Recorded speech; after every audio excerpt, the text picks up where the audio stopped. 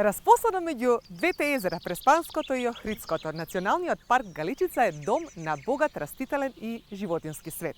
Низ него ќе не води Дејан Димиджиевски, стручен соработник за одржливо користење на природните ресурси. И со него се наоѓаме токму во Стење.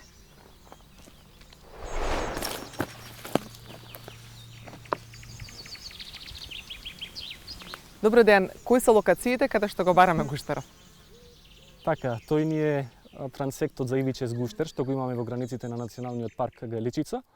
Покрај тука, ареалот на ивичестиот гуштер се наоѓа и на Охридска страна, на крајбрежието на Охридското езеро, на потегот од хотел Десарет до Трпејца. Добре, каде да ги најдеме гуштерите? Под овие камчињева тука? Активноста на овој гуштер е во утринските часови, после изгревањето на сонцето, се со цел да постигне телесна температура. Некаде на пладне или предпладне, кога веќе надворешната температура е највисока, тој се сокрива во повисоките делови и бара сенка. И повторно, некаде на кај 17 часот, тој повторно излегува и активен до пред зајди сонце до кај 18-19 часот. И овие мониторирања не се случуваат самостојно, односно не ги правиш сам, настапувате во вид на група, повеќе иминаста. Денеска сме четворица, бидејќи сме поделени во два тима. Еден тим го покрива тој крајбрежен дел што е тука, а другиот тим го покрива тој дел каде што е погуста вегетацијата. Кажи ми, зошто е значаен овој гуштер? Разликуваме многу видови на гуштери, ама зошто баш овој ивичест е битен? Овој ивичест гуштер е битен затоа што е балкански ендемит. Најмногу го има на Јадранската обала, а во нашата земја најголемата и најгуста популација се наоѓа токму тука во Националниот парк Галичица. Меѓу другото, според Националната црвена листа на нашата земја, овој вид се води како загрозен вид. Се одликува со црните точки и лушпите во буквата В на грбната страна, а позадината кај женките е црна на грбот со црни точки, додека мажјаците имаат светло-сина боја на подбрадокот.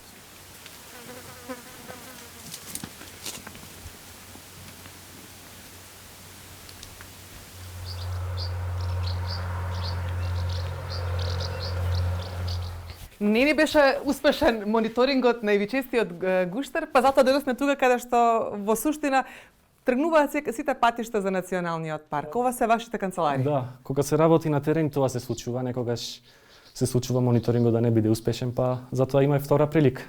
Во рамки на Националниот парк Галичица имате неколку програми кои што ги спроведувате за заштита на животинскиот, но и растителниот свет кој што постои тука. Националниот парк Галичица е жариште на ендемизам и на биолошка разновидност, така да само тој податок е доволен за да го направи атрактивен. Имаме 13 видови врз кои вршиме мониторинг и два типови на живеалишта. Видовите кои ги мониторираме сме ги утврдиле во зависност од нивниот ендемизам. Тоа може да биде локален ендемизам, потоа на национално ниво во нашата земја, како и балкански ендемизам. Ајде да видиме во информативниот центар што се друго има. Ајде.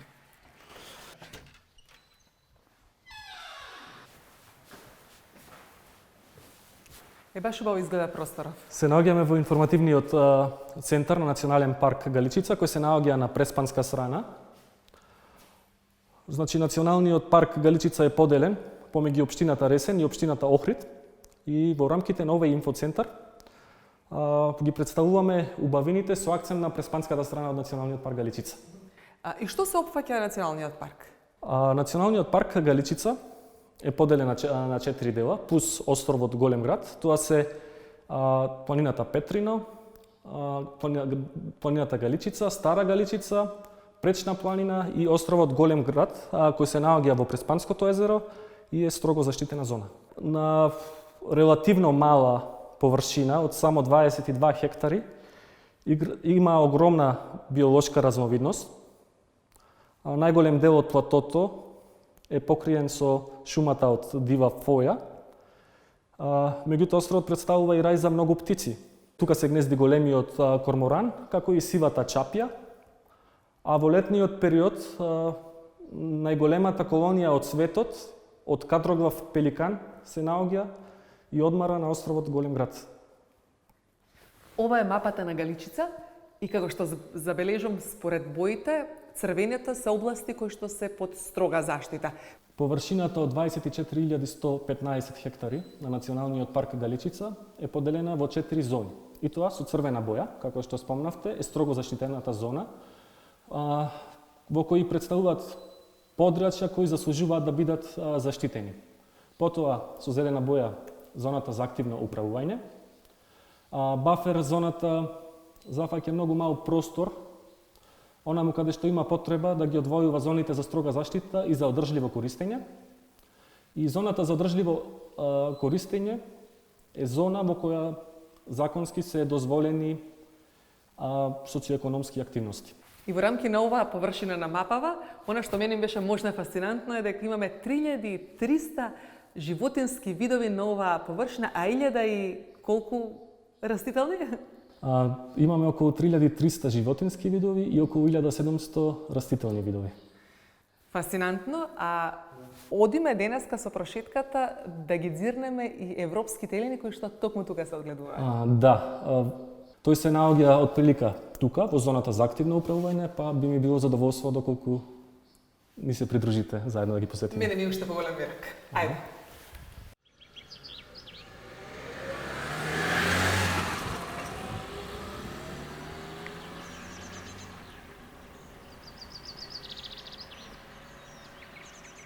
И ова е репродуктивниот центар на европскиот елен кој што вие го имате неодамно отворено.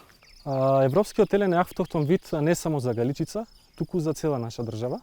Меѓутоа, приказната за реинтродукција на овај вид не е само за зголемување на неговата популација, туку пред све за одржливо стопанисување со високопланинските пасишта.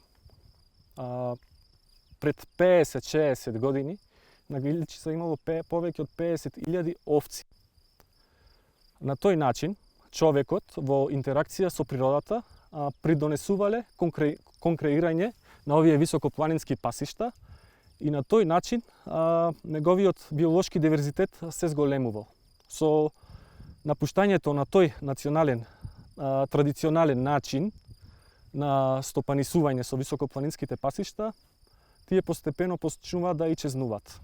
Од тие причини, поради тоа што веќе нема домашна стока која паси во Националниот парк Галичица, ние се одлучивме нивната улога да ја замениме со европскиот елен.